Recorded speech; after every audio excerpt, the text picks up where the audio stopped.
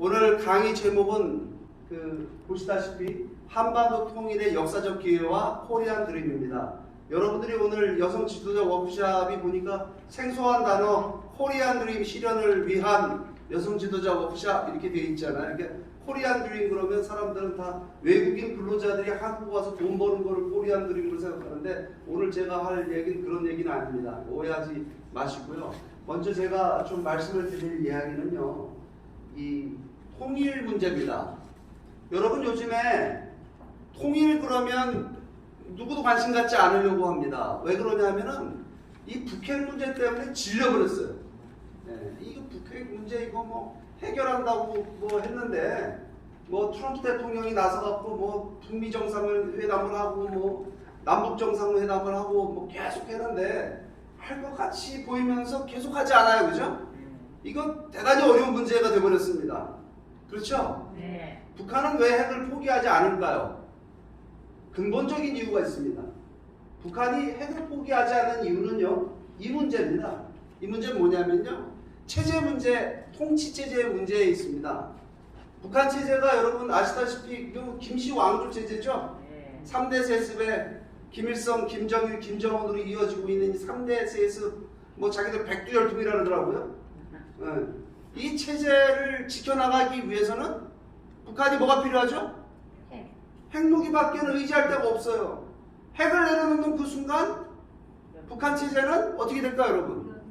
네. 북한 체제는 막을 내줄 수밖에 없는 그런 상황입니다. 그러니까 핵을 내려놓으라는 얘기는 무슨 얘기예요?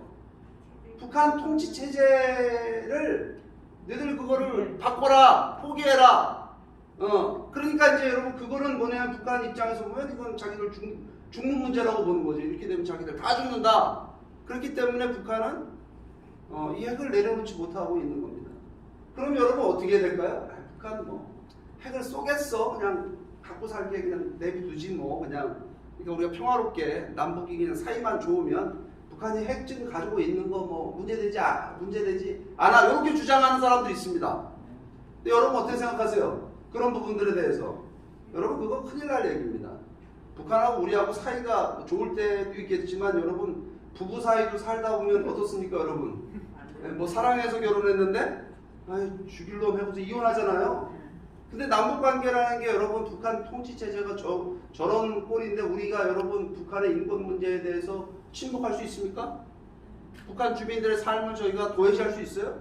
그러면 남한의 민간단체들이 북한에 대해서 요구하게 되면 여러분 남북관계 좋을 수 있을까요? 없을까요? 없어요. 그러니까 뭐 삐라 북한에다가 대북 전단이라는 저거 안 보내고 뭐 대북 확성기로다가 그 뭐 북한을 비난하는 방송 안 하고 네? 요즘엔 뭐 라디오 방송도 하지 말자고 또 그러더라고요.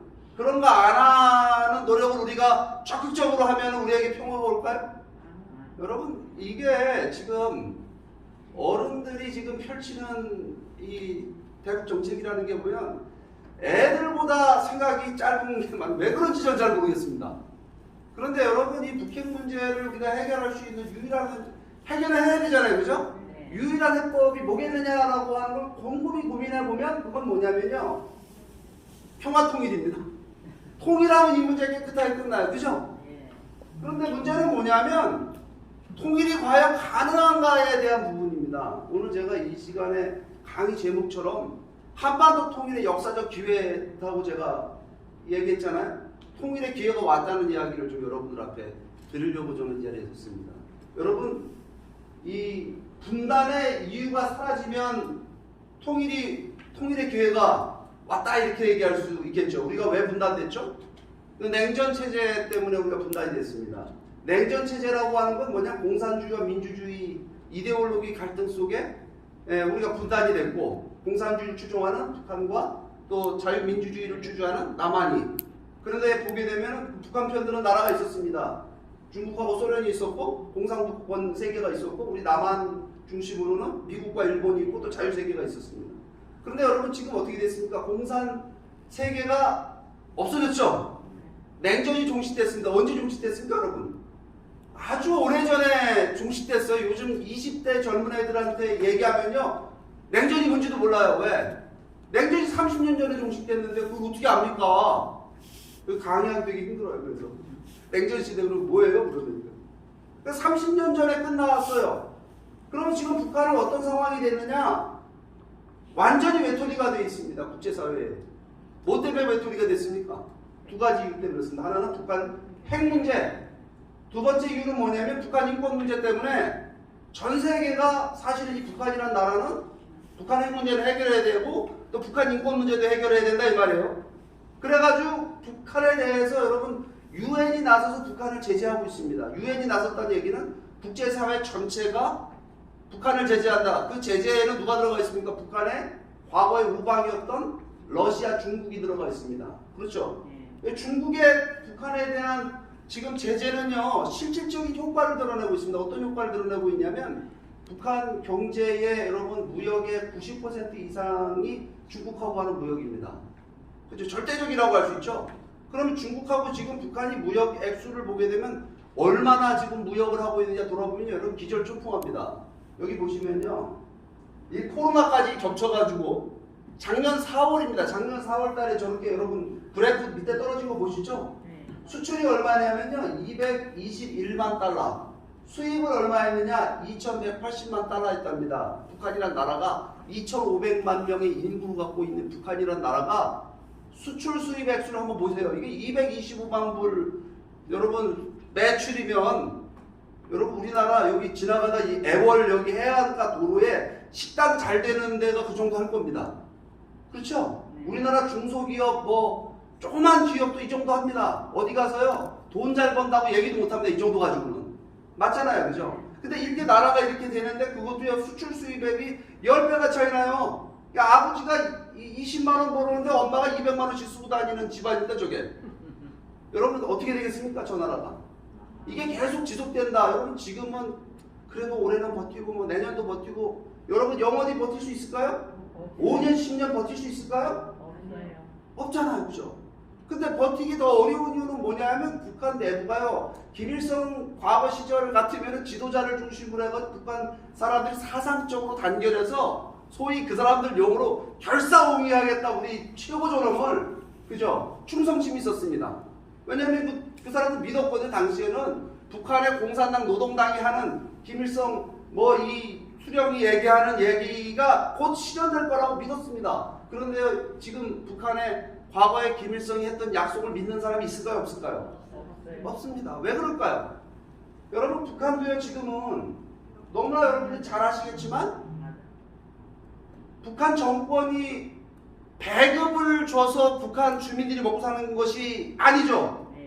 배급은 다 끊겼습니다. 그럼 뭐 어디서 나가서 먹고 산다고 합니까? 장마당 나가서 먹고 살아요. 그러니까 노동당보다 장마당이다. 요즘 세대들 20대 아이들을 뭐라고 얘기합니까? 장마당 제너레이션이다. 장마당 세대다 그럽니다. 장마당에서 어떤 일들이 벌어집니까? 여기서 물건을 사고 팔고 보니까 부자 되는 사람도 있고 뭐 가난하게 그냥 사는 사람도 있지만 돈 버는 사람들이 생겨나기 시작했어요. 북한 안에도. 북한 안에도 돈 버는 사람들이 이 장마당 때문에 생겨나다 보니까 북한의 이런 소위 살림집이라고 하는 집들의 그 평양 시내에 이 무슨 뭐 이 창정거리니 과학자거리니 이 건물들 빌딩 숲 올라간 거 보셨죠? 지난번에 저 문재인 대통령 평양 갔을 때 찍어온 사진인데 이거 보면 이 여러분 이 주상복합 우리 강남에나 있을 만한 저 아파트를 어떻게 졌는지 아십니까? 태영호 국회의원이 그러는데요. 이거 분양했답니다. 시행업자가 들어가가지고 분양을 했대요. 분양했다는 얘기는 뭐냐면 30평대, 50평대 아파트를 돈 주고 살 수 있는 소위 자본가들이 생겨났어요. 그 자본가를 북한에서 뭐라고 얘기합니까? 돈주라 그래, 돈주. 그러니까 북한의 시장화는 저 유식한 말로 불가역적이다 해놨습니다. 되돌릴 수 있을까요? 없을까요? 없어요. 그러니까 여러분 지금 북한 주민들이 봤을 때 북한의 여성들이 봤을 때 김정은에 대한 기대감을 갖고 있을까? 아니면 돈 잘 버는 남편에 대한 기대감을 가지고 어느 걸까요? 옆집에 도리 아빠는 수완이 좋아가지고 장마당 가서 돈을 벌어서 50평짜리 저 주상복합 아파트를 사는데 우리 집은 살림살이 나아지고 한없이 뭐 그냥 그 자리 뭐 이러고 있으면 어떨까? 여자들이 남자들 바가지 긁을까요? 안 긁을까요? 북한 사회에서 여자들은 다 똑같을 것 같아요. 제 생각에는 이게 바로 북한의 상황이다라고 하는 거예요. 거기에 여러분 지금 보게 되면 또 한류 드라마까지 북한에 한국 드라마까지 들어가가지고 북한에서 그냥 난리가 났어요. 그죠? 제가 최근에 그 탈북 여성 하나 만나서 얘기를 하는데 북한에서 드라마가 너무 재밌었대요. 내가 한국 오니까 너무 재미가 없더래. 왜 그런지 모르겠대요. 이불 쏘고 뒤집어 써서 이거 걸리면 감옥 간다고 했을 때는 그게 그렇게 재밌었는데 한국 와서 드라마 끊었대요. 재미가 하나도 없더래요. 줄거리가 딱 보면은 어떻게 갈지 다 알겠대. 아무튼 여러분 한국 드라마가 북한 들어가고 지금 이불 뒤집어 쓰고 그냥 보지 말라고 또 가면 이거 보다 걸리면 감옥 간다 그러는데 그걸 그냥 뒤집어 쓰고 보다가 야 도대체 이거 북한 살 데가 못 된다 해갖고 남한으로다가 탈출하는 탈북민들 숫자가 지금 엄청납니다. 요즘 넘어오는 사람 배고파서 넘어오는 게 아니라요. 드라마 보고 넘어온다 그랬잖아요. 현빈이 보고 싶어서 넘어왔다고. 뭐. 지금 이런 상황이 이건 무슨 얘기냐면 외부 정보가 북한 안에 들어가고 있기 때문에 외부 정보가 들어간다는 얘기 뭐냐? 북한 정권이 말하자면 조선중앙 TV 가지고서 세뇌시키고 있는 사상화 작업이나 이런 것들이 다 무너지고 있다는 얘기입니다. 그렇잖아요. 이런 상황이 되다 보니까 북한 주민들의 패션도 누굴 따라하고 있습니까? 저거 보게 되면 숄더백 메고 다니는 여러분들하고 별로 다르지도 않잖아요. 더 세련돼 보이는데 제가 보니까 그죠? 이게 평양 주민들이 지금 이렇게 변하고 있다는 겁니다.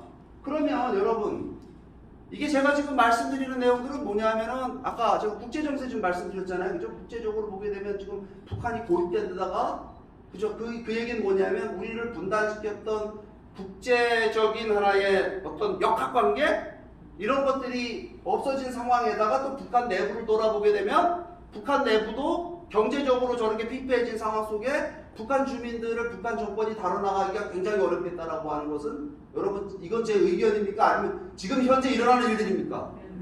일어나는 일들이에요. 그렇다고 한다면 이건 여러분 통일의 기회가 아닐까요? 맞죠? 맞아요. 이거 통일의 기회입니다. 그런데 여기 또 한 가지 우리가 좀 지켜봐야 될 아주 주목해봐야 될 게 있습니다. 그게 뭐냐면요. 미중 패권 전쟁입니다. 미국과 중국이 지금 전쟁 벌이고 있죠? 이 사람들 총만 안 쏘고 있지 굉장한 전쟁을 벌이고 있습니다. 근데 이 전쟁을요, 우리가 어떻게 봐야 되냐면요. 어제도 제가 백분 토론 나와서들 얘기하는데 보니까 무슨 경제적 전쟁으로만 자꾸 얘기를 하더라고요. 여러분 경제 전쟁 맞죠? 현상은 경제를 둘러싼 경제 패권 전쟁인데 내용을 들여다보면요. 본질이 뭐냐면 가치를 둘러싼 전쟁입니다. 이 두 가지 양립할 수 없는 미국과 중국, 미국과 국제사회, 소위 말해서 자유민주주의 자유시장 경제를 추구하는 국가들과 중국이라는 나라가 같이 공존할 수가 없는 그래서 일어나는 전쟁이라는 사실을 우리가 알아야 됩니다. 그게 무슨 뜻이냐면요. 여러분 북한 중국 체제의 본질적인 문제가 뭐냐 미국이 문제 삼고 있는 게 바로 여러분 중국 정부의 종교 탄압입니다. 여러분 중국의 종교의 자유가 있습니까 없습니까? 여러분 중국이라는 나라가 14억의 인구예요. 뭐 한 500만 뭐 제주도만한 데가 아니라 이거는 14억의 인구를 갖고 있는 이 중국이라는 나라가 종교를 탄압하고 종교의 자유를 인정하지 않는다라고 하는 거예요. 여기 보시면 뭐 여러분 교회 다니시는 분들 계시죠? 저 십자가 저렇게 교회 폭파시키는 장면 보십시오. 그 다음에 또 큰 문제가 뭐냐면 이슬람을 믿는 사람들이 사는 지역이 있습니다. 거기에 신장 위구르인데요. 그 신장 위구르 지역에 살고 있는 이슬람 교인들의 이슬람 종교를 없애기 위해서 수백만 명, 100만 명 이상을 가두는 말하자면 그 수용소를 만들어서 그야말로 집단적으로 종교를 버릴 수 있도록 탄압을 벌이고 있는 내용들에 대해서 여러분 지금 미국이 문제 삼는 거예요. 근데 이게 이게 미국이니까 중국에 대해서 그냥 뭐 꼬투리 잡아서 시비 거는 거다 이렇게 보는 학자들이 있습니다. 바보 같은 인간들이. 뭐냐면요. 여러분 종교의 자유는요 왜 중요한가 하는 걸 여러분 아셔야 됩니다. 그건 종교 믿는 사람들에게만 중요한 게 아니에요. 종교의 자유는요 어떤 자유냐면요 여러분 자유가 소중하죠. 우리가 인류 역사가 자유를 쟁취하기 위한 싸움이잖아요. 여러분 자유가 없으면 여기 제주도 올 수 있어요 없어요? 없습니다. 저렇게 자유롭게 살 수가 없잖아요. 그런데 자유가요 자유의 근원이 있습니다. 자유의 근원, 근원적 자유. 그 근원적 자유가 뭐냐면 바로 종교의 자유입니다. 왜 종교의 자유가 근원적 자유냐면요 이거 양심의 자유이기 때문에 그렇습니다. 여러분 양심의 자유라는 게 뭐냐면 내가 옳다고 믿는 거, 내가 진리라고 믿는 거, 내가 참이라고 믿는 거, 이거를 내가 그렇게 생각할 수 있고 그렇게 믿을 수 있고 또 그렇게 말할 수 있고 표현할 수 있고. 그러니까 양심의 자유에서 뭐가 나오냐면 언론의 자유가 있고 표현의 자유, 집회결사의 자유, 모든 자유가 나오는 거예요. 그죠? 그러면 여러분, 양심대로 사람을 살지 못하게 하는 건 어떤 상태의 인간이 놓인 거죠? 한마디로 그게 노예입니다. 노예. 그렇잖아요. 그러니까 이거를 우리가 알아야 돼. 왜 미국의 그 헌법을 보게 되면 헌법 1조가 종교의 자유냐? 그거는요, 자유의 근원점이 종교의 자유이기 때문에 그런 겁니다.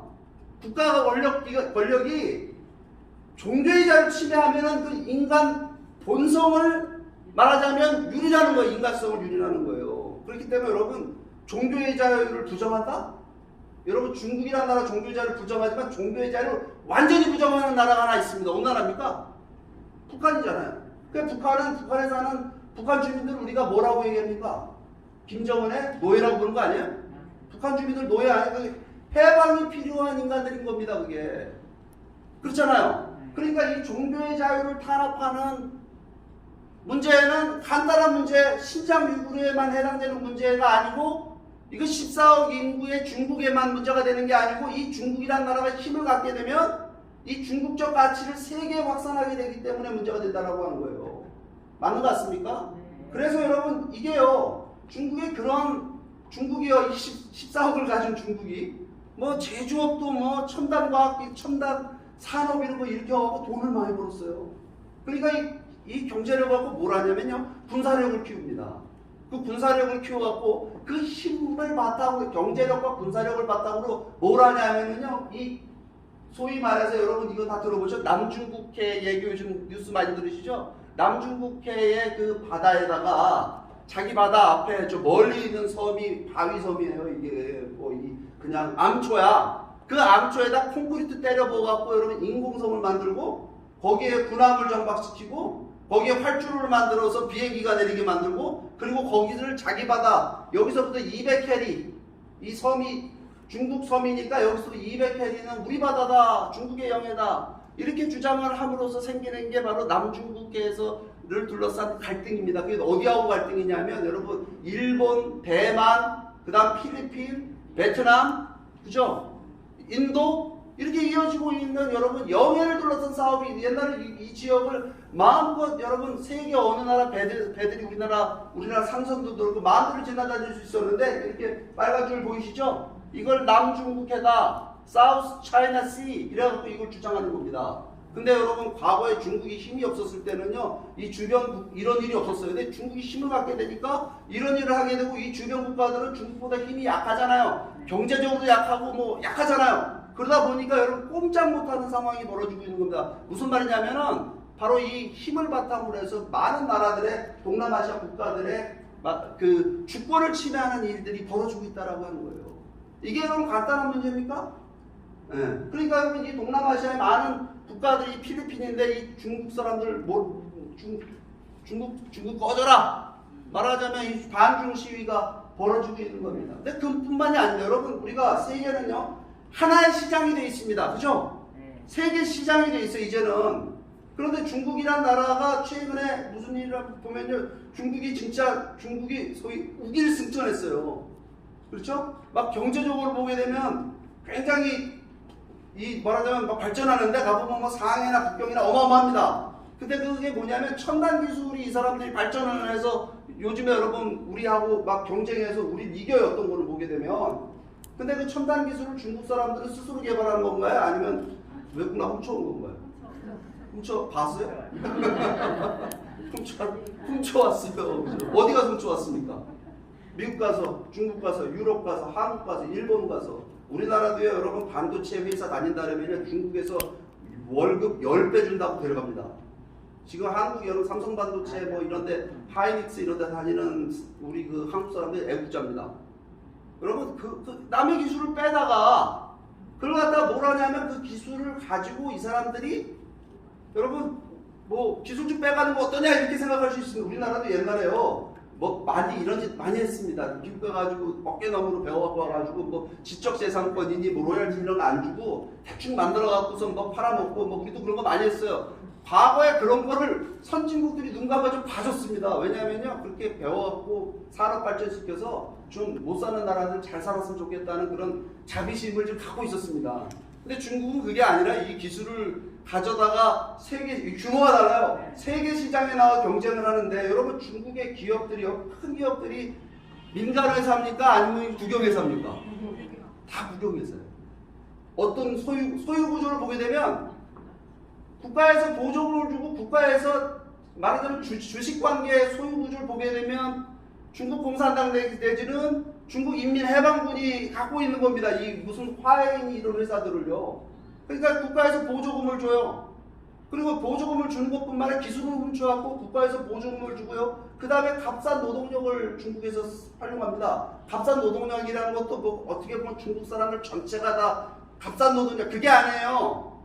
상해나 홍콩, 상해나 북경 사는 도시에 사는 사람들 인건비가 셉니다. 중국도. 근데 어떤 사람들 인건비가 싸냐면 저 내륙 지방에 사는 사람들의 인건비 싸요. 왜 그러냐면 왜 그런 줄 아세요? 중국은 이전의 자유가 없습니다.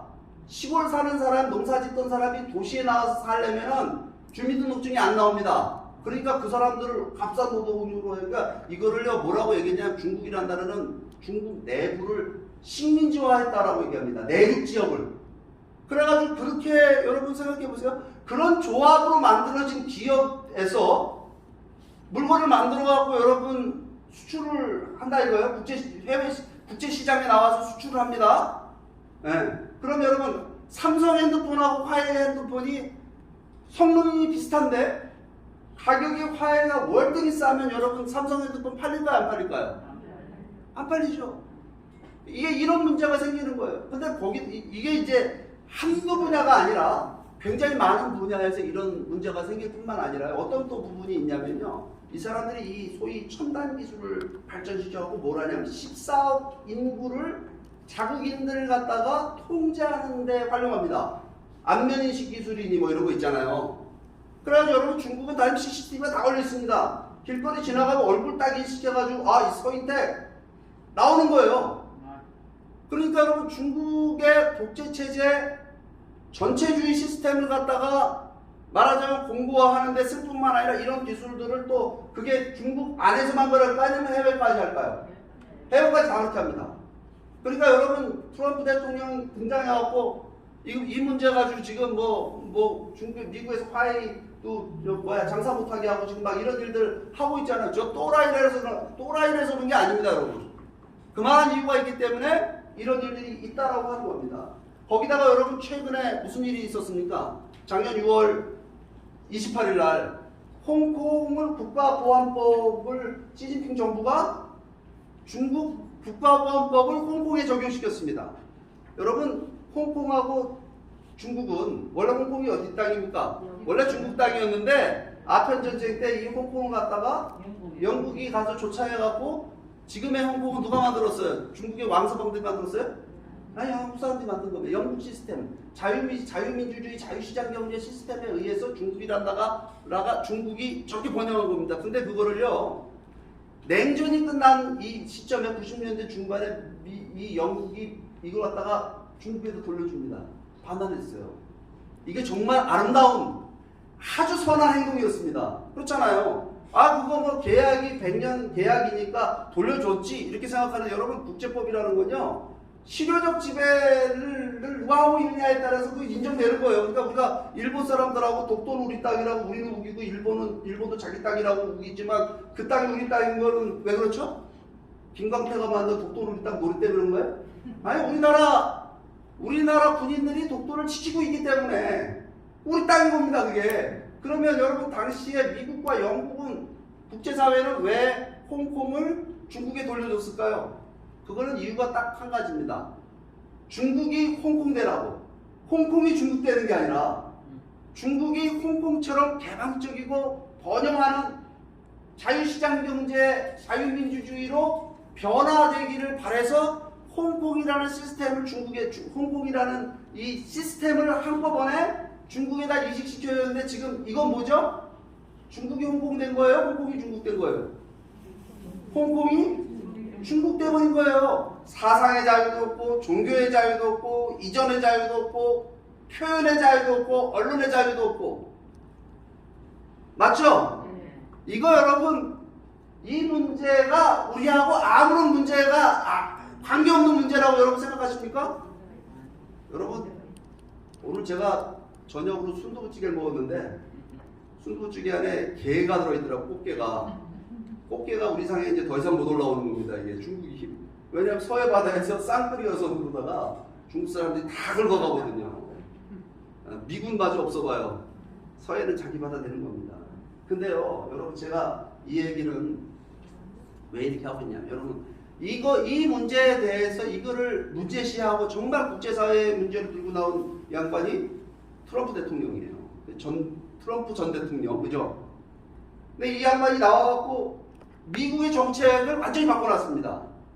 어떻게 바꿔놨냐면, 이제까지 중국이라는 나라는 미국의 전략적 동반자다 이거예요. 이거는 같이 상생하고 평화롭게 뭐 조금 다르지만 뭔가 그래도 함께 가는 동반자였는데, 중국을 보니까 여기 글씨 보이십니까? 이게 이 펜스 부통령이 2018년 10월 4일날 허드슨 연구소라고 하는 굉장히 중요한 미국의 연구소에서 연설을 했는데 이런 얘기를 했습니다. 뭐라고 얘기했냐면, 미국은 중국을 친구로 생각하고 개혁 개방에 많은 원조를 했건만 중국 공산당은 거짓과 사기를 일삼으며 중국의 자유의 바람에 역행하는 모습을 보여왔고 미국을 등쳐먹으며 권위적 국가 운영을 포기하지 않아왔고 불법적인 방법으로 세계를 지배하고자 하는 야욕을 보여왔다. 이 얘기예요. 여러분, 미국의 대중국 정책은 180도 바뀌었다는 사실을 알아야 됩니다. 여지가 없습니다. 그래서 여러분 보시면요, 미국은요, 중국을 군사적으로 완전히 포위하는 전략을 지금 펼치고 있습니다. 그죠? 여러분, 미국하고 중국하고 군사적으로 싸우면 어디가 이길까요?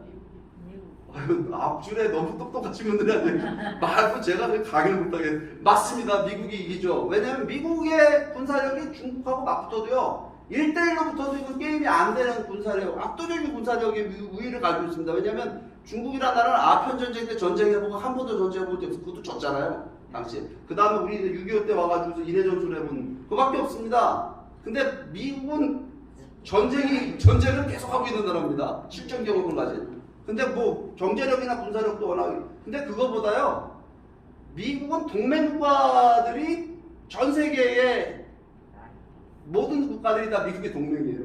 유럽이 다 미국의 EU라 그러잖아요. 나토. 이게 다 미국의 동맹국가고. 동남아시아 보시죠. 이 중국을 포위하고 있는 거 보면 이 아프리카에서부터 이 지금 유럽으로 해서 지금 뭡니까? 동남아시아 이 모든 국가들이 다 누구 편이에요? 미국 편. 인도 태평양 그러는 거다 사람들이 지금. 인도 태평양. 그건 뭐냐면 중국을 포위한다는 거. 근데 중국을 군사적으로 포위하는 게 아니라 경제적으로 압박하는 거 보면요, 여러분 트럼프 대통령 처음 들어서 갖고 관세폭탄 되겠잖아요. 중국에 대해서 어마어마한 관세폭탄. 그 다음 뭐 했습니까? 환율 조작국으로 지정해갖고 중국이 위안화가지고서 이거 환율을 낮춰갖고 하게 되면 국제적 경쟁력이 있습니다. 여러분, 우리나라 원화가 가치가 낮아지면요 어떻게 됩니까? 물건 나가 값싸게 물건을 팔 수가 있는, 덤핑을 칠 수 있는 기회가 생기는 거거든요. 근데 중국은 그 어마어마하게 나라가 환율 갖고 장난을 치는 그런 짓들을 한단 말이에요. 그러니까 그런 거에다가 최근에는 무슨 일을 하냐면요, 개별 기업들에 대한 지금 조치들을 하고 있어요. 화웨이니 뭐 요번에 그 반도체 회사 같은 거, 중국의 IT 기업들 이런 거 전 세계에서 물건을 팔아먹지 못하도록 하는 조치들을 미국이 하고 있다라고 하는 겁니다. 이거 보면 장난이 아니죠 지금, 그죠? 그러면 이게 어떻게 될까요? 이 싸움이 누가 이길까라고 하는 이 중국 내부에서의 반성이 있습니다. 다윗이라고 하는 중국 국방대학의 이 교수가, 이분이 강경파로 알려졌답니다. 중국 안에서는 강경파 교수예요. 중국의 아주 애국적인. 근데 이 양반이 처절한 중국의 반성이라는 주제의 연설을 했습니다. 중국의 처절한 반성. 그거 뭐냐면, 미국이 종이호랑이인 줄 알고 중국이 덤벼들었는데 미국은 종이호랑이가 아니라 진짜 호랑이더라. 그래가지고 우리가 미국에 붙은 거는 이거는 정말 엄청난 실수다라고 하는 이야기를 했습니다. 그러면서 네 가지 포인트를 얘기했어요. 첫 번째, 중국에 대한 미국인들의 감정, 원한이 이렇게 클지 몰랐다라고 하는 거예요. 이게 붙어놓고 보니까 미국인들 자체가 전부 중국을 그렇게 싫어하더라. 두 번째, 미국의 수법이 이렇게 악독할 줄 몰랐다. 제가 아까 말씀드렸죠? 이렇게까지 미국이 나오리라고는 상상도 못했다는 겁니다. 세 번째 뭔지 아세요? 이게 재밌는 얘기예요. 이렇게 중국이 미국에 일방적으로 얻어맞는데 중국 편 드는 나라가 전 세계에 한 나라도 없더라. 그 네 번째는 뭐 읽어보나마나 얘기입니다. 중국을 공격하는데 미국은 여야가 없더라. 이거 초단적으로 단결해가지고 중국 때리게 나섰다. 이겁니다. 이러니까 여러분 중국이 지금 난리가 난 거예요. 근데 이게요.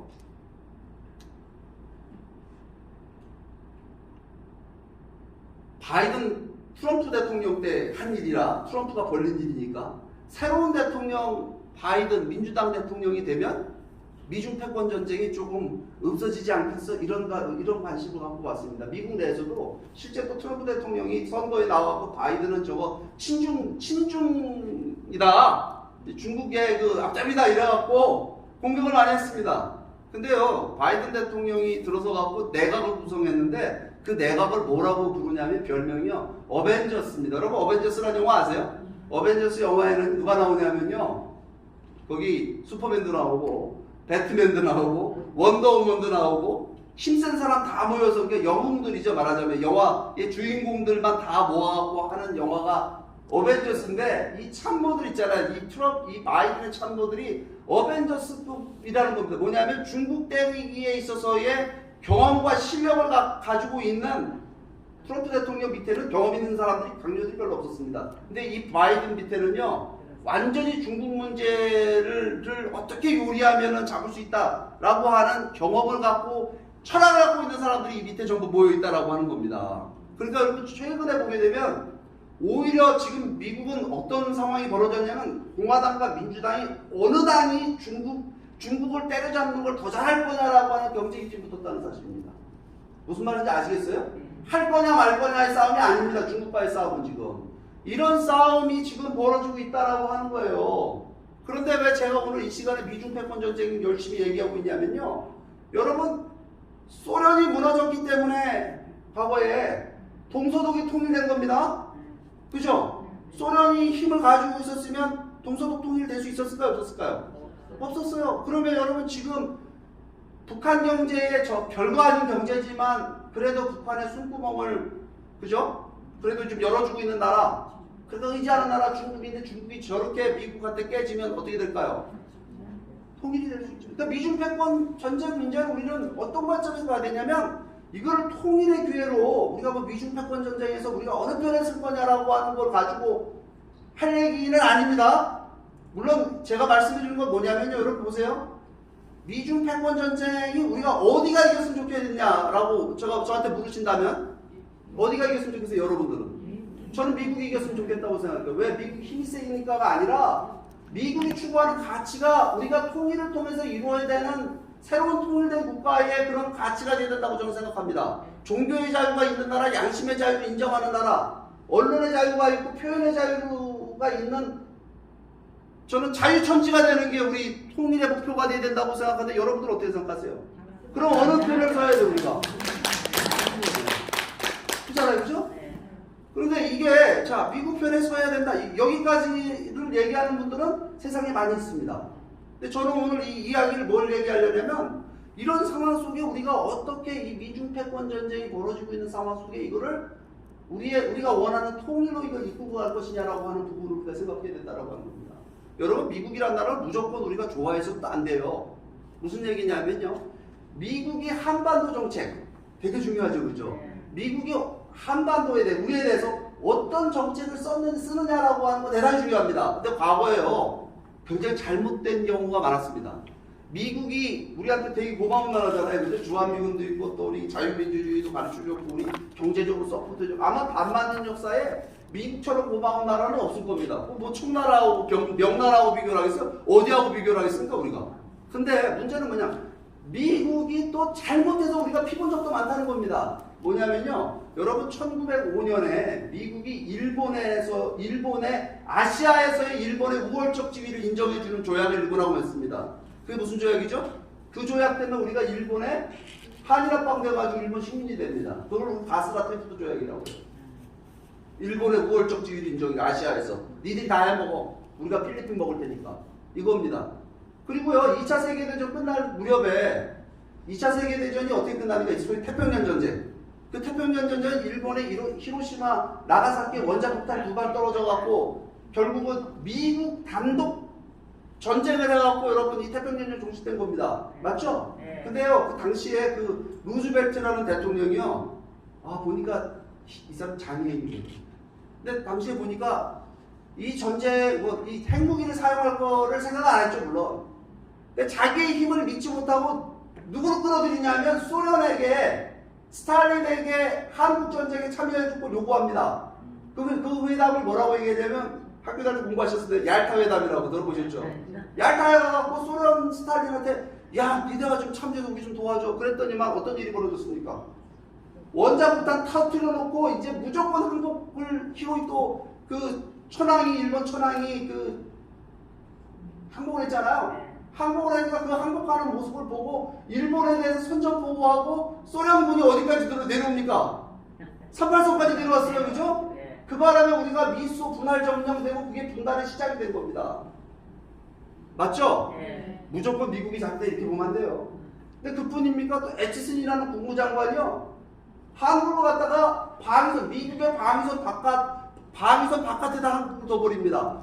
일본하고 요 대만, 그 다음에 저 필리핀이 이 선만 우리가 미국이 지킬 거다. 한국은 우리 방어선 안에 없다라고 하는 걸 49년도에 얘기하는 바람에 1950년 6월 25일 날 김일성이 오판에서 전쟁이 일으킨 게 6.25 남침입니다. 맞죠?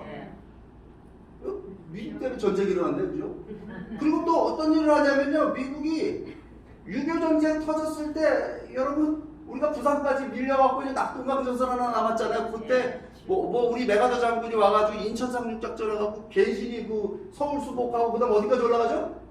저기 압록강까지 올라갑니다. 그러면 우리는 6.25 전쟁을 어떻게 마무리했어야 됩니까? 기왕지사 일어난 전쟁은요, 완전한 승리를 통해서 통일로 마무리했으면 우리는 분단국가가 아닙니다. 그때 정리될 수 있었어요.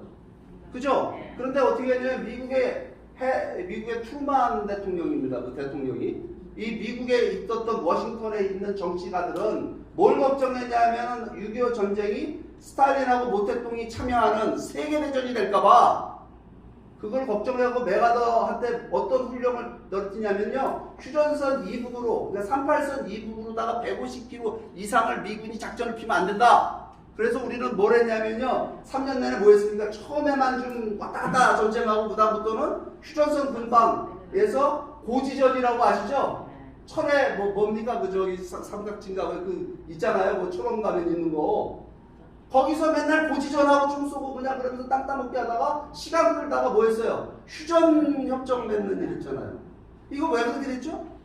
미국의 한반도 정책이 미국 사람들 의도가 나빴다는 게 아니라요, 무지했기 때문에. 그렇죠?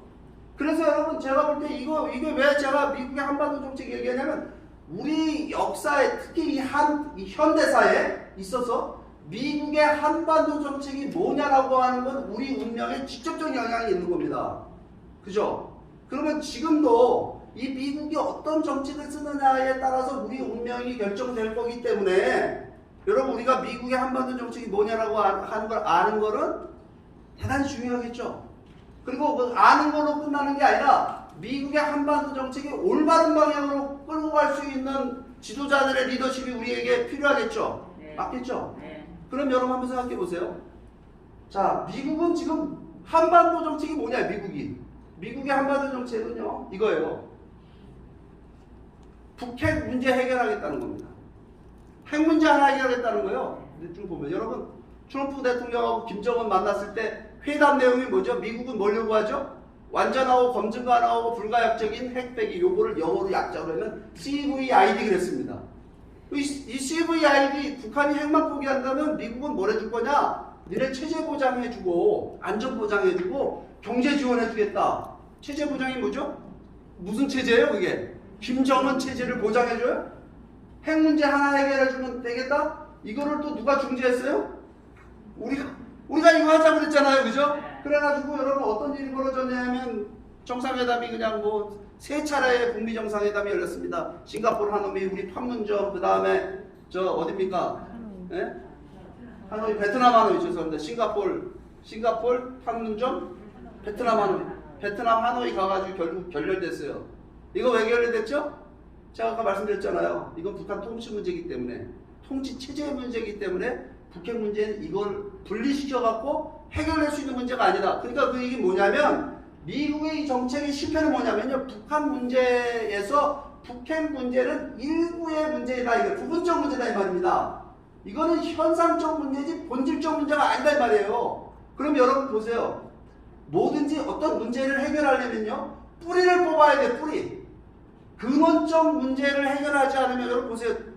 우리가 저 풀 뽑아보면 제초 작업 해보셨죠? 시골에서 뿌리채 뽑아야지 다시 안 나지. 겉에만 싹둑 잘라면 어떻게 되죠? 또 나는 겁니다. 그러니까 이 문제는 여러분 뭐냐면 분명한 말하자면 목표와 비전을 중심으로 근본적 문제를 해결하기 위한 것이 아니고 그저 부분적 문제로 가게 되면 실패할 수밖에 없다. 근데 그 실패는 뭐냐면 우리에게 대가를 요구합니다. 뼈아픈 대가를 요구해요. 근데 미국의 정책이 실패한 정책들이 있습니다. 미국의 대외 정책이 대표적으로 실패한 게 어떤 게 있냐면요. 베트남 전쟁 같은 겁니다. 월남전. 우리 여기 뭐 아버님들이나 누가 월남에 그 맹호 부대, 청룡 부대를 다녀오신 분들 주변에 있으시죠? 네. 이 월남전이 왜 실패한 전쟁이냐면요. 미국이요. 여러분 월남에 있는 베트공하고 미국의 군사력이라는 건 비교가 안 되는 겁니다.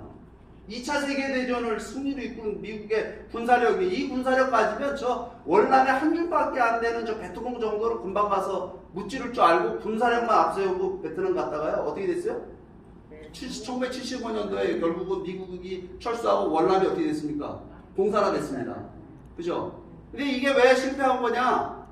미국이 군사력만 믿고 부분적인 말하자면 명확한 비전이 없이 즉 베트남을 어떻게 만들 것이냐는 최종 목표에 대한 설계가 없이 그저 부분적인 이 군사력인 힘만 가지고 가서 베트공들을 이기면 된다라는 입장에서 갔다가 실패한 겁니다.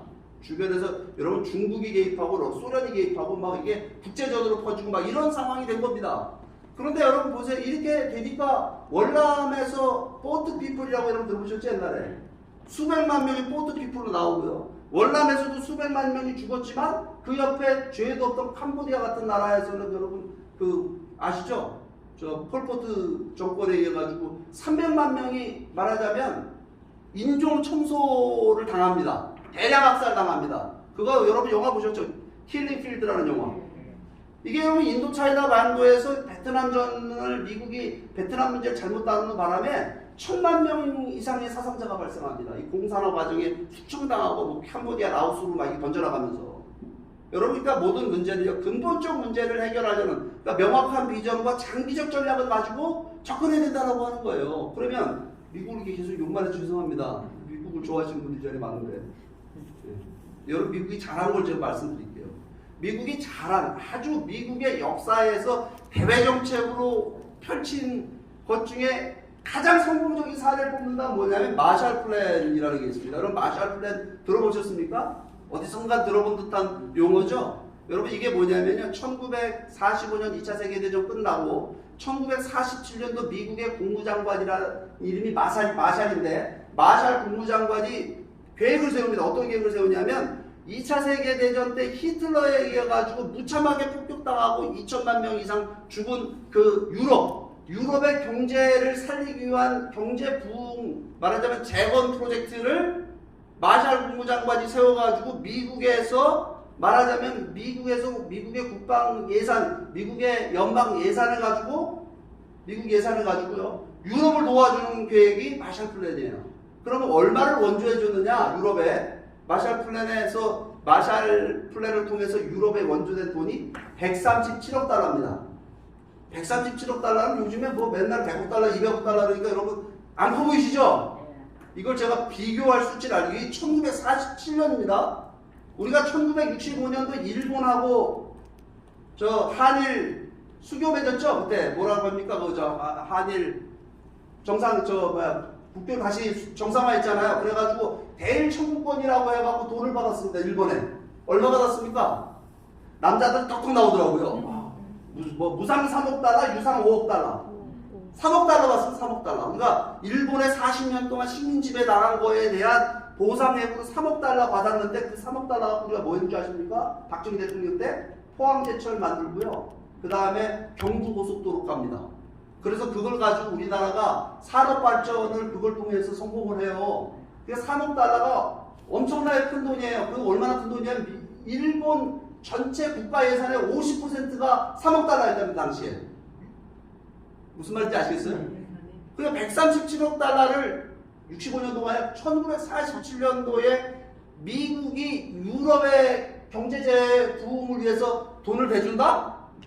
이게 여러분 가능한 일일까요? 이게 우리나라 국회 같은 통계가 될까요? 옆에 못 사는 나라 있는데 우리가 좀 우리 정부 예산의 50%를 띄어서 저 아프리카 구호 비율다 쓰자. 될까요? 안 될까요?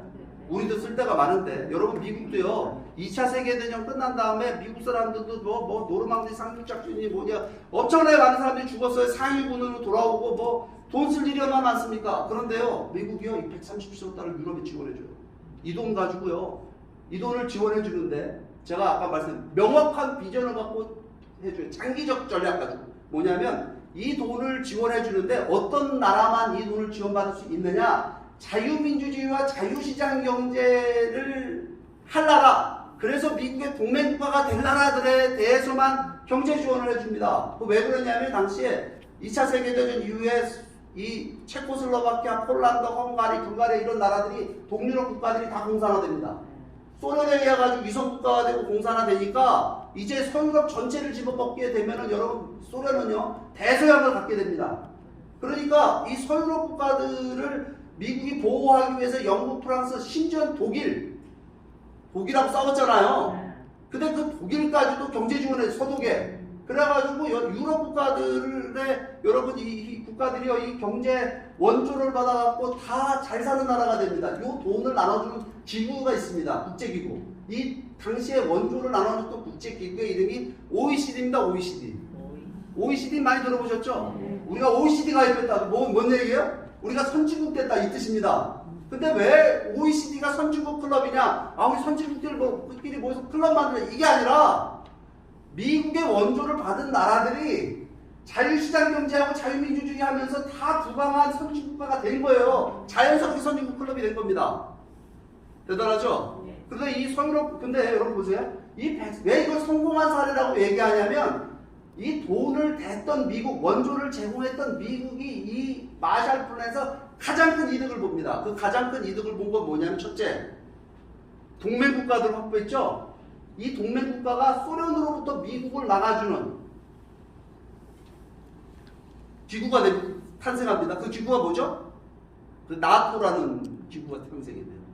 그래서 여러분 이 안보의 방파제가 돼요. 그 다음 또 뭐냐면 경제적인 이득도 어마어마합니다. 뭐냐면 이 서유럽 국가들이 경제적으로 발전하게 돼서 이제 미국하고 교역을 하잖아요. 교역을 하게 되니까 교역을 통해서 통상을 통해서 미국이 엄청난 부를 만들어냅니다. 근데 그뿐만 아니라 뭐냐면 이 돈을 나눠줄 때 이 137억 달러를 미국이요 US 달러로 나눠줍니다. US 달러로 나눠주는 바람에 미국 US 달러가 세계 기축통화가 된 거예요. 여러분 미국의 경제력이 왜 세냐? 미국은요 돈을 얼마든지 원하는 대로 찍어낼 수 있는 나라입니다. 그죠? 돈 찍는 기계 있으면 여러분 얼마 주겠어요? 상상만 해도 기분이 좋을 것 같아. 집에 돈 찍는 기계가 있으면 오늘 한 500만 원 찍어갖고 와가지고 내 친구 밥 사줘야지. 뭐 얼마나 기분이 좋아, 그죠? 미국이란 나라는 돈 찍는 기회가 있는 나라가 되버렸어요 지금. 여러분 이게 미국이 이 마샬 플랜을 통해 갖고 미국의 이게 이득이 어마어마하게 되고 미국뿐만 아니라 서유럽 국가뿐만 아니라 전 세계 평화 실현에 공산주의 위협으로부터 세계를 지키는 데 이 도움이 됐다는 겁니다. 또 하나 미국의 그 계획 중에 대단히 성공한 여러분 대외 정책이 있습니다. 그게 뭐냐면요 메가더의 일본 재건 프로젝트입니다. 이것도 2차 세계대전 이후 이후의 그 상황입니다. 2차 세계대전 끝났을 때 여러분 미국이 독일도 식민지로 만들고 일본도 식민지로 만들면 그만입니다. 그 게임과 법칙이라는 게 당시 그래. 전쟁에서 지는 나라는 전쟁 무조건 항복하면 어떻게 됩니까? 분정을 실시하잖아요. 메가더가 분정을 설치한 겁니다. 동경에다가. 그래갖고 이제 일본을 차지했는데 일본을 식민지화하지 않고 뭘 하냐면요. 일본을 도와줘요. 어떻게 도와주냐면 일본이 자유민주주의를 받아들이는 국가가 되면 말하자면 일본의 헌법을 새로 만들어줍니다. 지금도 메가더 장군이 만들어준 그 헌법을 일본 사람들은 지키고 삽니다. 요걸 자꾸 우익 쪽에서 그걸 자꾸 개정해가고 전쟁할 수 있는 나라를 만들려고 하는데 일본이 군국주의를 버리고 예? 아시아의 수많은 나라들이 피해를 줬던 그 제국주의를 버리고 예? 입헌군주제를 버리고 민주주의를 받아들이고 이 지역에서의 평화를 지키는 일조하는 나라가 된다라고 하면 우리가 지원해야 돼. 일본의 어마어마한 사실은 경제 지원해줘요. 식민지로 삼는 대신에.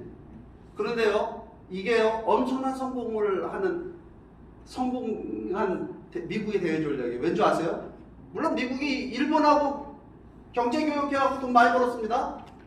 뭐냐면요. 이 일본을 미국이 경제 지원하고 일본을 동맹으로 만들므로 인해서 소련과 중국의 이 공산주의 위협을 막는 방파제 역할을 일본이 하는 겁니다. 그 바람에 태평양이 누구 바다가 됐냐면 미국 바다가 된 거예요. 마샬 플랜을 통해서 대서양이 미국 바다가 된 겁니다. 대서양 어딘지 아시죠? 네, 미국하고 유럽 사이에 있는 바다. 이게 이제 태평양이 이제 미국 바다가 된 겁니다. 그러면 미국 바다가 되면 미국 놈들 욕심 많다. 여러분 그렇게 생각하시면 안 돼요. 뭐냐면요. 여러분 한국의 현대상선이 바다 나가면 우리 해경이 쫓아가서 우리 바다에서 그 바다 쫓아다니면서 지켜주나요? 누가 지켜주죠? 저 공해상으로 나가면? 저 공해상으로 나가면 태평양 대서양으로 가면 그 바다는 그 항해를 할 수 있도록 환경을 만들어주는 역할을 누가 하죠? 미국이 하죠? 미국이 하죠. 그 얘기 뭐냐면요. 우리가 지금 살고 있는 이 다자간 국제무역 시스템, 배를 안만 띄워도 해적들이 나와갖고 뭐 하지 않는 이 시스템, 이건 미국이 만든 국제질서입니다. 그걸로 인해서 여러분 대한민국이 지금 우리 현대상선이 돌아다니면서 세계 나가서 무역을 하면서 이렇게 잘 사는 나라를 만들 수 있었던 거예요. 그러니까 이 두 가지 마샬 플랜과 일본 재건 프로젝트는 세계 평화와 세계 번영에 큰 기여를 한 미국의 대외 정책이다라고 말하는 겁니다. 그러면 제가 이 얘기를 왜 이렇게 목이 터져라 여러분들한테 말씀드리냐면요. 대한민국에 적용돼야 되는 미국의 대한반도 정책은 그건 월남전 같은 베트남 전쟁 같은 사례가 돼야 될까요? 아니면 마샬 플랜 같은 게 돼야 될까요? 마샬 플랜 같은 게 됐으면 좋겠죠. 그럼 그거 누가 되게 만들죠? 우리가 해줘, 그죠? 우리가. 네. 여기 있는 예, 감사합니다. 박수 한번 쳐주세요. 예.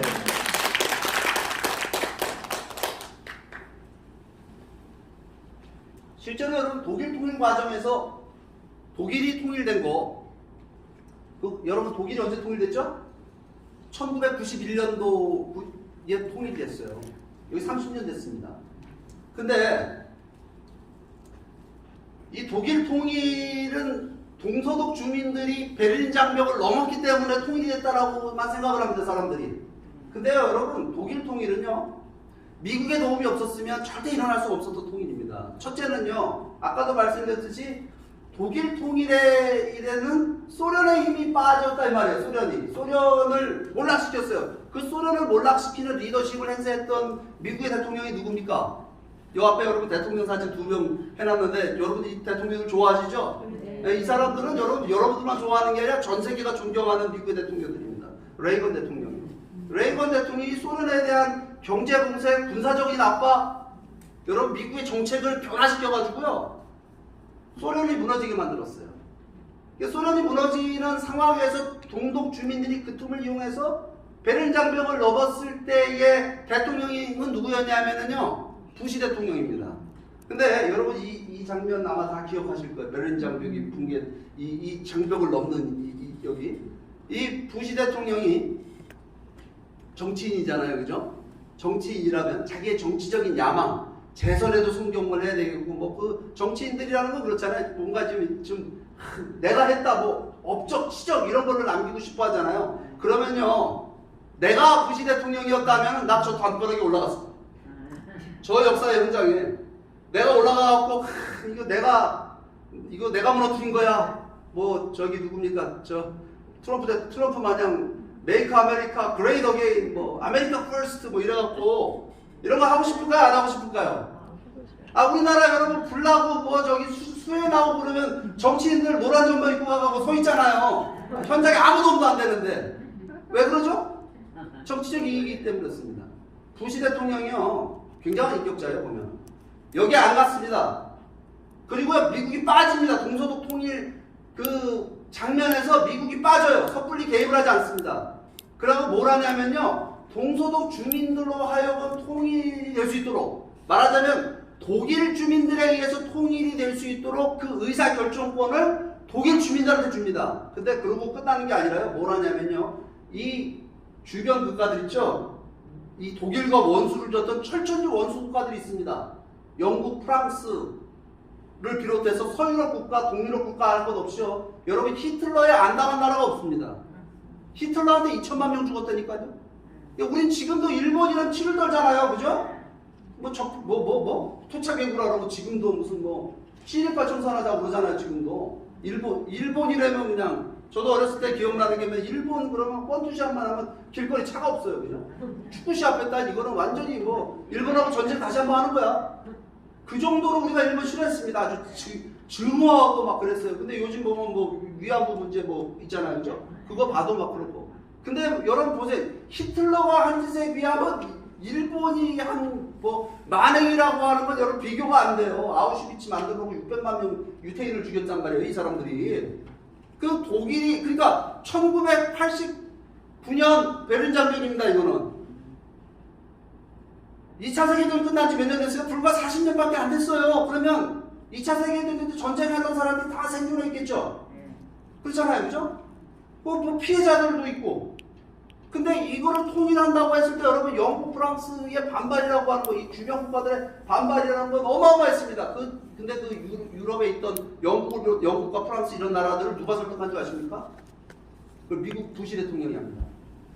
근데요, 이게요, 생각을 해보세요. 이게 베를린 장벽 넘어서다 89년도에 이런 일이 있었다. 동서독 통일된다.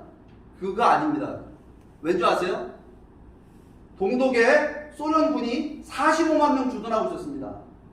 일시에 정리해버립니다. 맘만 먹으면. 여러분 요즘 미얀마 사태 뉴스 보시잖아요. 그냥 경찰이 나가고 쏴 죽이고 700명 죽였다나 그러고 있잖아요, 지금. 맞죠? 네. 이게요, 여러분 밀어붙이면 밀어붙이는 겁니다. 천안문 사태 보세요. 중국 정부는 그때 당시에 1만 명 이상의 학생들을 가서 죽였습니다. 그 천안문에 아주 피바다가 될 정도로 다 사람들 죽이고. 얼마든지 할 수 있습니다. 근데 당시에 여러분 이 소련을 설득하는 리더십을 누가 행사하냐면요, 부시 대통령이에요. 여기 옆에 앉아있는 저분이 누구예요? 고르바초프. 독일 사람들이 너무 고마워하고 고르바초프의 애칭을 만다 부르는 이름이 고르비입니다. 굴비가 아니라 고르비. 근데 이 고르비가 무슨 일을 하냐면요, 이 고르비가 당시에 페레스트로이카 글로스노스라고 하는 개혁개방 정책이라고 하는 걸 펼치는데, 여러분 이거는요, 소련 내에서 인기가 있었을까요, 없었을까요? 여러분 고르바초프가 소련의 대통령이 됐을 때 소련의 경제 상황이 최악이었습니다. 최악의 경제 상황을 책임지고 있는 대통령이 당시 서기장이죠. 북한 지도자는 인기가 있을까요, 없을까요? 거기다 그 상황에서 개혁개방 정책을 한다 그러면 소련 내에 기득권 세력의 반발이 있을까요, 없을까요? 소련의 KGB, 공산당, 군부 여러분 잘 먹고 잘 살던 이 사람들 다 반대하겠죠. 뭘 하려고 그래? 이대로 좋은데. 그러니까 여러분 당시에 이 고르바초프가 정치적으로 입지가 굉장히 약했습니다. 근데 이 입지가 약한 고르바초프를 누가 극진히 예우하냐면요, 무시하지 않고 부시 대통령이 이 사람을 무시하지 않고 극진하게 예우해요. 그래서 여러분 소련이 동서독 통일에 협조하게 만듭니다. 소련군을 철수시키고, 소련군의 여러분 퇴직 연금을 독일에 다 대줬어요. 그리고 나서 어떤 일까지 하냐면 이 양반들이요. 소련 지도자들에서 소련을 해체하고 공산당을 해체하게 만듭니다. 이게 레이건과 부시로 이어지는 여러분 그 미국의 그 대통령들에 의해서 미국의 지도자들에 의해 가지고 세계의 운명이 바뀌게 되는 사건이다라고 하는 겁니다. 박수 한번 치십시오. 이게 바로 미국이 가져야 될 한반도 정책이다 이 말입니다. 핵 문제만 하나 해결했다 하면 안 되는 겁니다. 뭘 해야 되냐면요. 한반도 통일을 비전과 목표로 최종 목표로 한 미국의 정책이 수립돼야 된다라고 하는 겁니다. 그렇죠? 그리고요. 한반도 문제에서 미국이 직접 개입하려고 하면 안 된다라고 하는 거예요. 아까 보시면 동서독 통일이 동서독 주민들 독일인들이 의해서 통일이 됐잖아요. 여러분 한국인들이 통일을 할 수 있도록 한국인이 통일한다는 건 남북한 주민들에 의해서 통일이 될 수 있도록 여러분 시민운동 말하자면 대중적 통일운동을 지원하는 정책이 가야 된다고 하는 거예요. 그러니까 미국이 한반도 통일을 미국 정책의 최우선의 과제로 삼고 그것을 통해서 핵 문제까지 해결하겠다는 입장을 세워야 되고 한국이 주도하는 대중운동을 지원해야 되고요. 세 번째는요. 여러분 미국이 도와줄 일이 있습니다. 여러분 우리의 통일을 우리의 주변 국가들이 지지하나요? 반대하나요? 러시아, 중국, 일본 만만한 놈들이 하나도 없잖아요. 그죠? 우리보다 다 힘이 세요. 여러분 그 누가 설득할 수 있을까요? 우리가? 우리 문 대통령이? 아니면 국민의힘이 잡음할 수 있을까요? 이거를? 여러분 이거 미국밖에 할 나라가 없다는 거예요. 여러분 게다가 여러분 지금 미국이 중국을 저렇게 강하게 우리를 하고 있잖아요. 얼마든지 가능한 시나리오다라고 하는 겁니다. 이게 그 목표를 가지면요. 그 다음에 마샬 플랜 제가 말씀드렸죠. 동서독 말하자면 이 유럽의 그 재건 프로젝트를 미국이 경제적으로 원조했어요. 그 얘기는 뭐냐면 가능하다는 건 뭐냐면 한반도 통일이 가져다 줄 세계 평화의 이익, 그죠? 전략적 이익, 세계 평화에 기여하고 세계 번영에 기여하고 미국 경제에 기여하고 미국의 대외 전략에 말하자면 아시아 정책에 기여할 수 있는 그 전략을 미국 사람들이 인식한다고 한다면 한반도 통일에는 여러분 돈이 많이 들어가겠죠? 요즘에 통일 얘기하면 손살에 치는 사람들은 다 뭐냐면요. 야 북한이 저거 우리보다 40분 못 사는데 저거 홀아놨다가는 우리 경제 파탄 난다. 통일하지 말자. 그렇게 얘기합니다. 제가 아는 젊은 사람들 만나면 다 그렇게 얘기합니다. 돈 많은 사람들, 가진 사람들 만나면 다 그렇게 얘기해요. 겉으로만 통일이에요. 요즘 통일 원하는 사람이 없어. 왜 그러냐? 나 경제적으로 전부 다 야가적이기 때문에 옛날에 다 비슷하게 살았거든요. 같이 못 사는데 그러니까 같이 못 살지만 우리 함께 뭉쳐서 같이 살아보자. 이게 통일이었는데 지금 그게 아니에요. 너무나 못 사는 이게 친척도 너무 못 살면 여기 왕래 안 하는 겁니다. 이게 보면. 그죠? 그러니까 여러분 통일 문제에 있어서 통일에 들어가는 북한 개발에 들어가는 경제적인 비용들을 남한만 부담해서 되겠어요? 안 되겠어요? 안 되겠죠. 그럼 누가 도와줄 수 있죠? 전 세계에서 도와줄 수 있는 미국밖에 없습니다. 그러니까 미국이 도와달라고 설득하는 건 누가 해야 되죠? 우리가 해야 되겠죠? 우리가 해야 돼 맞아요. 그죠? 근데 뭐 누가 하고 있죠 지금 근데? 누가 그때 안 하고 있는 것 같은데? 그잖아요. 그죠? 이게 제가 지금 드리는 얘기는 다 역사적으로 일어났던 일들이고 미국이 분명히 받아들일 수 있는 얘기인데 여러분 있잖아요. 한국이 통일이 된다. 자유와 인권을 보장하는 통일이에요. 이게. 여러분 민주주의가 꼽히고 자유와 인권을 보장하고 민주주의가 꼽힌 나라는 여러분 아시아에 어느 나라가 있죠? 우리나라밖에 없어요. 우리나라가 얼마나 민주주의가 꼽혔습니까? 지난번 선거 때 작년에 180석을 몰아줬던 우리 국민들이 이번에 서울시장, 부산시장 선거할 때 확 엎어버리잖아요. 그냥 밥상 엎어버리는 거예요. 뭘 잘못하면. 이 정도 민주주의 아니에요? 일본 그거 가능해요? 불가능해요? 거기는 아직도 자민당이에요. 자민당 아니면 집권이 안 되는 나라 아니에요. 그죠? 여러분 한국이라는 나라가 여러분 북한까지 포함해서 자유와 인권이 보장하고 민주주의에 있어서의 모델적 국가가 탄생이 된다? 이거는요 동아시아뿐만 아니라 이 아시아 전역에 새로운 하나의 문명이 탄생될 수 있는 르네상스라고 얘기해요. 르네상스. 새로운 르네상스가 가능하지 않을까요? 그죠? 이게 우리만 이익이 되는 게 아니다라고 하는 거예요. 그러면 여러분 이걸 통일의 비전으로 놓고 여러분 미국을 설득하면 설득이 돼. 제가 조금 이따 미국 어떻게 설득하는지 좀 말씀을 드리려고 해요. 근데 자 지금 보십시오. 북한은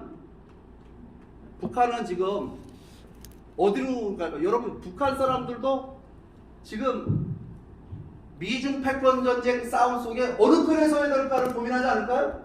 그 사람들 바보라고 생각합니까? 네? 미국 편에 서야지. 그래도 좀 여러분 그러니까 북한은 미국을 바라보는 해바라기라고 그러는 거예요. 미국 아니면 살 길이 없다고 보는 겁니다. 저 사람들도. 근데 여러분 지금 김정은의 상황이 어떨까요? 김정은을 둘러싼 그 지도층상 이 사람들 고민이 있을까요? 없을까요? 여러분 김정은이가 고민이 많다는 건요. 김정은의 그 몸무게를 이 최고를 보면 알 수 있어요. 그거는 여러분 우리가 그 정도 살찌려면요 인생을 포기해야지만 그 정도 살이 찌는 겁니다. 안 그렇습니까? 여기 계신 분들 그렇게 살찔 자신 있으세요? 그건 완전히 포기한 거지. 그거 무슨 살찌는 체질이라 그렇다 치지만 내가 그렇게 살찌는 체질도 아니에요. 그거 그냥 먹어서 찐 거지. 맨날 술 먹고 그냥 막. 그러니까 이거 보면은 막 목이 안 잡히는 지난번 문 대통령가 끌어왔는데 깜짝 놀랐어요. 이게 목살이 잡히고 더 쪄갖고 요즘에는. 그죠? 근데 최근에 건강 문제가 뭐 어쩌고저쩌고 이러잖아요. 충격을 받은 겁니다. 사람들이 다. 뭐냐? 왜 그게 김정은의 건강 문제가 왜 문제냐면요. 김정은이 어느 날 갑자기 그 집안 내력이 심장병이잖아요. 할아버지, 아버지 다 그렇게 죽었단 말이에요. 그 죽으면요. 김씨 세습 체제는 끝나는 겁니다. 김여정이한테 가기 여자한테 가기도 어렵고 김정은이 아들은 아직 너무 어려요. 그죠? 거기는. 그죠? 그러면 김정은의 건강 문제 누가 걱정할까요? 대한민국 국정원이 걱정하는 게 아니라요. 김정은이 밑에 있는 놈들이 걱정을 하는 거예요. 근데 김정은이가 예를 들어 광기에 빠졌다. 누가 걱정할까요? 김정은이 밑에 놈들이 걱정하는 거예요. 광기에 빠져가지고 그냥 최근에 광기도 보이잖아요. 서해 공무원 우리 저 빠진 거 불태워 죽이는 거 쏴 죽이고 불태워 죽이고 6시간 끌고 다니다가 그거 여러분 미친 겁니다. 뭐라고 설명할 겁니까? 그 개성공단 그거 폭파시키는 거 그거 미친 거예요. 그러니까 여러분 광기가 완전히 미쳤다는 뜻이 아니라요. 광기에 빠지게 되면 여러분 북한 체제의 특성상 그 밑에 사람들은 다 걱정 있을 수밖에 없어요. 그러면 여러분 앞으로 대북 제재, 북한에 대한 국제사회 제재는 북한을 포기하지 않는 이상 계속될 테고 뭐 그렇다고 핵무기를 사용할 거예요? 여러분 이게 제가 왜 이런 얘기를 하냐면 북한 입장에서 요즘에 뭐 내재적 접근 뭐 이러더라고요. 북한 사람들 입장에서 생각을 해보자고요. 뭔가 이 사람들도 이제 이걸 타개하기 위해서 뭔가 선택을 해야 되는데 그 선택이 올바른 선택이 될 수 있도록 누가 이끌어야 될까요? 우리가 이끌어야 되겠죠? 어떤 선택을 하게 되냐면요. 평화적인 통일에 협조함으로써 생존의 길을 찾을 수 있도록 여러분 통일은요. 북한 사람들을 생존의 길을 열어줘야 통일되는 겁니다. 김정은이 살 길을 열어줘야 통일이 되는 거지 김정인 죽이려면 여러분 그 통일이 안 되는 거예요. 그런데 통일이라는 프로세스에 협조하게 함으로써 북한 지도층과 북한에 있는 기득권 세력들이 지금 가지고 있는 기득권이라고 누리는 것보다 더 큰 기득권을 가질 수 있는 비전과 꿈을 갖게끔 해주면 가능성이 있을까요? 없을까요? 가능성이 있겠죠? 아, 왜 여러분도 안 그래요? 여러분 누가 그런 얘기해. 대동강변에 있는 아까 그 아파트 있잖아요. 한 2, 3억 하는데 저거 한 30억 된다 그러면 북한의 저 소유주들이 뒤집어지지 않을까요? 아무튼 그렇다 이 말입니다. 그러니까 이거 지금 우리는 어디에 와 있느냐? 우리는요 역사에 굉장히 중요한 유식한 말로 변곡점, 전환점에 우리가 서 있는 겁니다. 이거는요 위기이자 기회입니다. 제가 지금 북한이 붕괴돼서 우리가 그냥 통일이 될 수 있다라고 하는 그냥 무슨 장밋빛 청사진을 제시하는 게 아닙니다. 여러분 기회는요 항상 더불어 뭐와 함께 오냐면 위기와 함께 오는 겁니다. 맞죠? 네. 위기는 또 기회와 함께 오고 이게 동의어예요. 같은 말입니다. 그러면 지금 우리는 이 상황을 우리에게 찾아온 이 통일의 기회를 정말 통일의 기회로 만들 수 있느냐 아니면 이 기회를 날려버리고 다시금 또 비극적인 우리 운명을 우리 스스로 자초하는 그런 선택을 하게 될 것이냐 이게 갈림길에 놓여있다라고 하는 겁니다. 이 상황의 인식을 여러분 제가 지금 말씀드리는 이 인식을 여러분 공감하십니까? 네, 그러면 통일의 길을 찾아야 되겠죠. 그 통일의 길을 어떻게 찾을 것인가 하는 건 제가 잠깐 여러분들 화장실을 갔다 오신 다음에 5분 뒤에 다시 시작하도록 하겠습니다. 감사합니다.